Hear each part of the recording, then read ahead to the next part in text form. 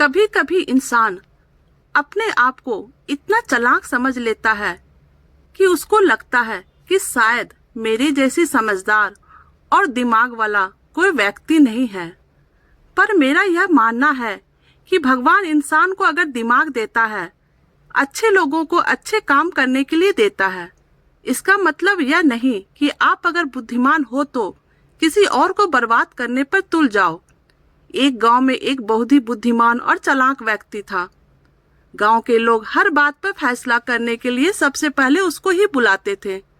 वह जो फैसला सुना देता, लोगों को वही मंजूर था। उसी गांव में एक लड़के ने अपनी ही गांव की गोत्र की लड़की से शादी कर ली।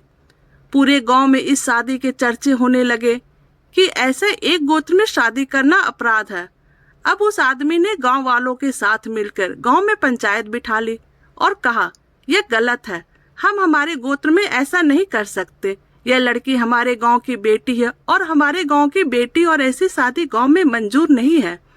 और इस सारे किस्से में उस आदमी ने सबसे ज्यादा बढ़ चढ़कर भाग लिया और दोनों बच्चों को यह फैसला सुना दिया कि दोनों को भाई बहन बनने के लिए मजबूर कर दिया। पर शायद भगवान सब कुछ देख रहा था। जब बच्चों ने शादी कर ली तो उसको कोई भाई बहन कैसे बना सकता है?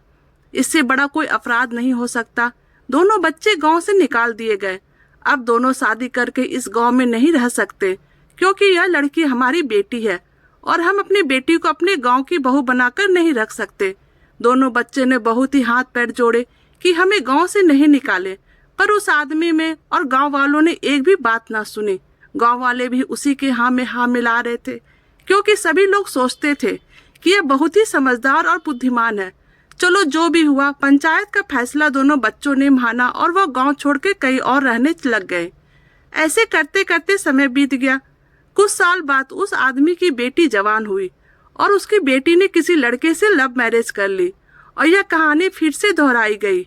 उसकी लड़की ने भी गोत्र सब भूलकर सिर्फ अपने प्यार को देखा और किसी की परवाह किए बगैर अपनी मर्जी से शादी कर ली।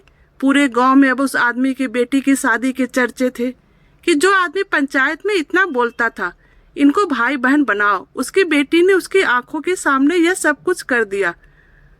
अब बेटी अपने ही गोत्र में शादी करके बैठ गई। अब वह किसी को मुंह दिखाने लायक नहीं था।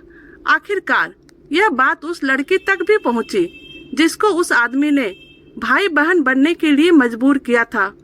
लड़की के मुंह से बस यही शब्द निकले कि भगवान के घर देर है, अंधेर नहीं है। वह हर इंसान को उसके बुरे कर्मों का हिसाब किताब यही कर देता है। और आज मेरे को इंसाफ मिला है। जब उसने गांव में मेरे लिए पंचायत बिठाई थी तो मेरी आंखें ही नहीं, आत्मा भी रोई थी। शायद इसी बुरी हाय का नतीजा है कि उस आदमी के घर ऐसी बेटी पैदा हुई और उसने पूरे समाज के सामने इज्जत मिट्टी में मिला दी। इसलिए कुछ भी बोलने करने से पहले एक बार अपनी तरफ भी देख लो कि हो सकता है आने वाले टाइम में हमारी औलाद हमारे साथ पता नहीं क्या कर दे। अरे भगवान हमें ही नीचा देखने के लिए मजबूर कर दे।